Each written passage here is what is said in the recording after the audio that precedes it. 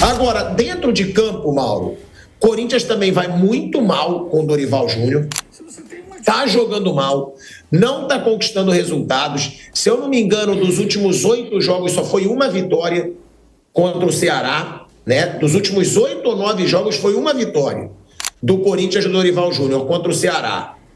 Então, é muita cobrança também dentro do campo e agora vai voltar o trio Garro, Depay e Yuri Alberto, que realmente são os caras que fazem a diferença nesse Corinthians. O que esperar desse clássico, Mauro? Por ser em Itaquera, com a volta desse trio, o Palmeiras deixa de ser favorito ou não, na sua opinião?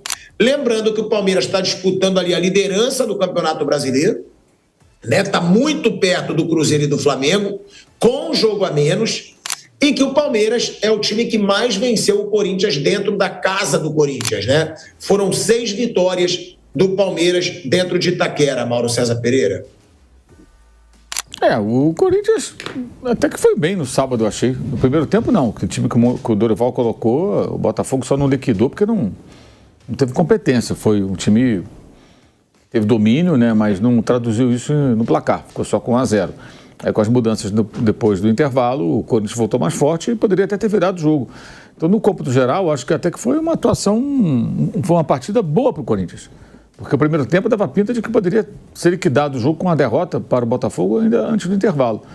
Até que melhorou depois. Mas a realidade do Corinthians é essa aí, vai ficar nisso aí, alternando alguns jogos melhores, outros nem tanto, envolvido em problemas, o técnico já pediu reforço, como se vivesse em Nárnia, né? Como é que o cara vai treinar o Corinthians e pede reforço?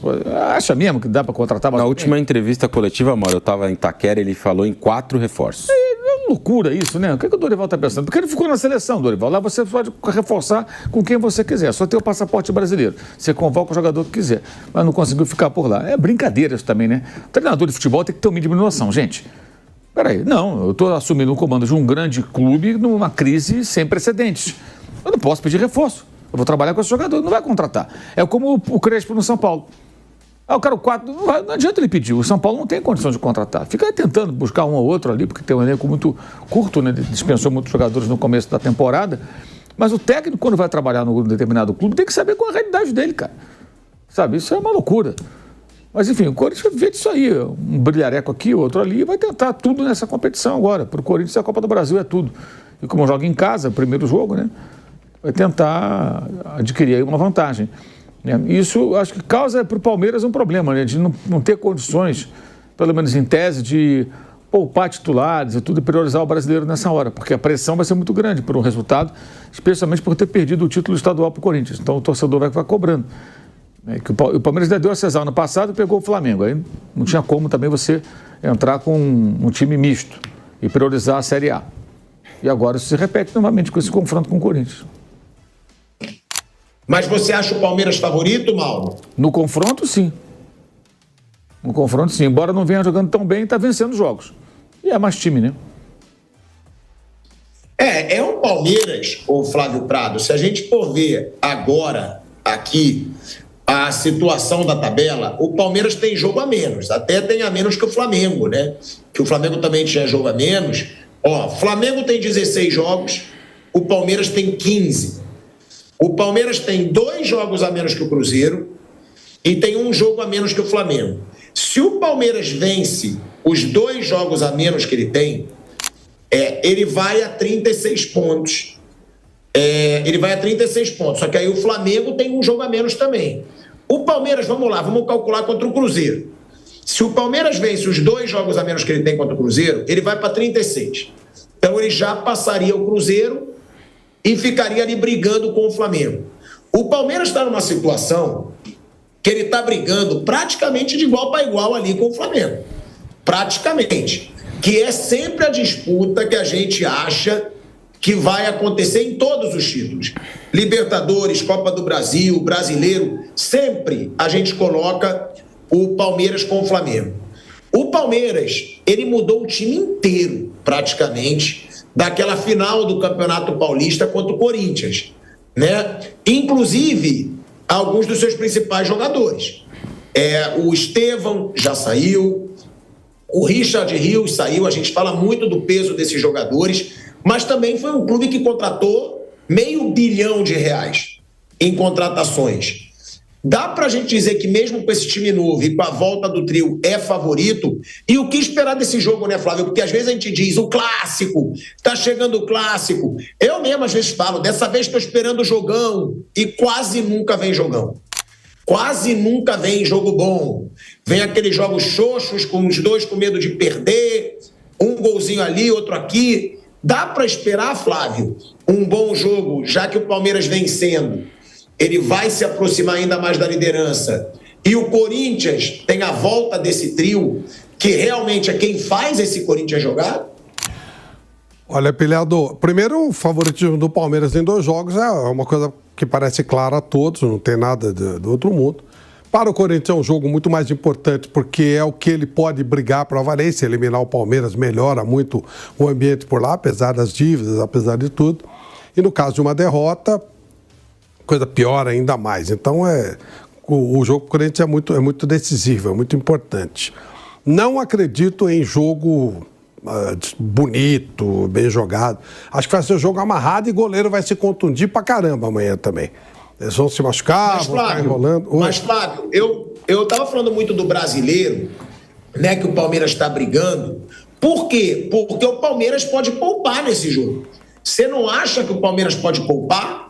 Eu acho, eu pouparia, tá? Eu pouparia. O Flamengo mesmo, parece que já está decidido que o Flamengo vai poupar contra o Atlético Mineiro. Vai poupar. O foco é Libertadores e Brasileiro. Foi o que o Felipe falou. Acho que o Palmeiras nessa briga aí também pode poupar nesse jogo contra o Corinthians. Você acha que é impossível por ser clássico? Não acho impossível, mas acho que o elenco do Palmeiras...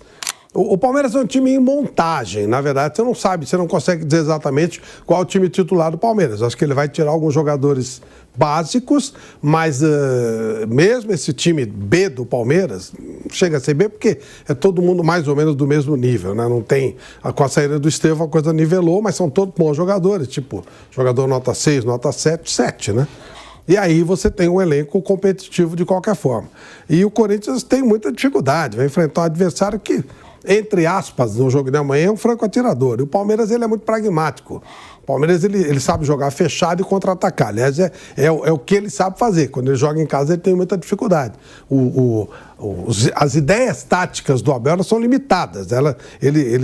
Quando ele está sendo atacado, a coisa vai bem.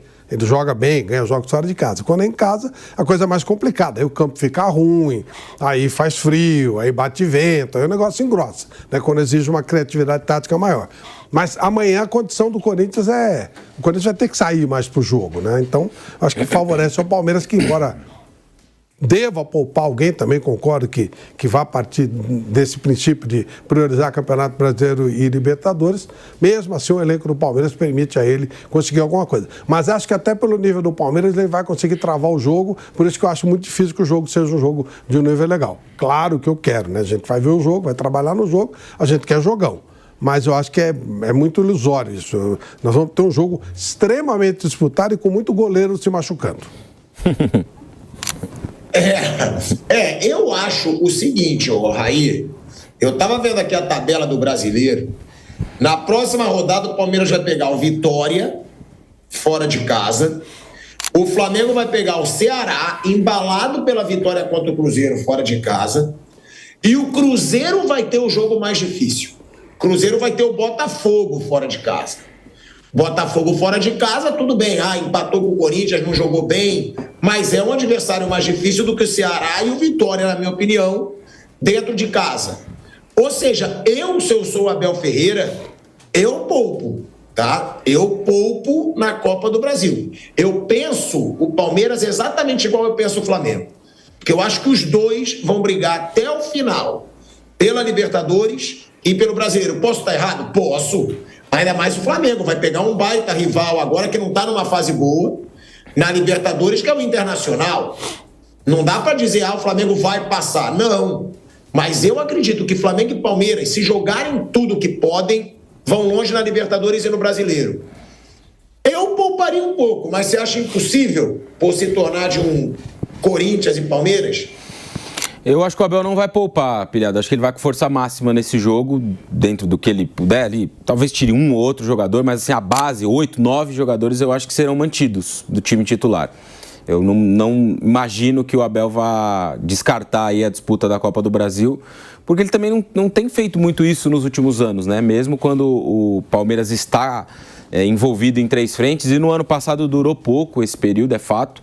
O Palmeiras caiu nas oitavas da Copa do Brasil e nas oitavas da Libertadores, mas ele foi naquele período ali, né, de Copa do Brasil, Libertadores, que é esse período que a gente está vivendo agora, né? Essa semana tem o início do mata-mata das oitavas da Copa do Brasil, tá rolando o Campeonato Brasileiro, e daqui 2, 3 semanas tem a Libertadores. Então, nesse mesmo período do ano passado, em que o Palmeiras foi eliminado das 2 Copas, ele usou força máxima na maioria dos jogos. É claro, trocou um jogador ou outro, mas eu digo, a base foi mantida.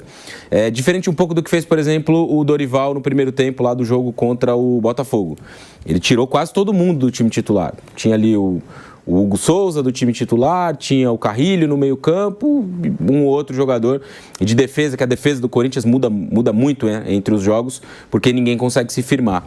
O Abel não, no jogo contra o Grêmio ele foi com a força máxima e eu imagino que ele vai repetir um time bem parecido com esse que tem sido, entre aspas, o titular do Palmeiras, né? Vitor Roque vai jogar, Maurício vai jogar, Facundo Torres deve jogar, os principais jogadores, né? Aníbal Moreno, a defesa com o Gomes e o Fux, o Everton no gol, o Giai na lateral direita, Piquerez na esquerda. Se tem aqui uns 8, 9 jogadores que são titulares do Palmeiras hoje. Você tem uma outra variação, né? O companheiro, por exemplo, do Aníbal Moreno. Nesse momento tem sido o Lucas Evangelista, mas um jogo ou outro ele pode optar pelo Martínez.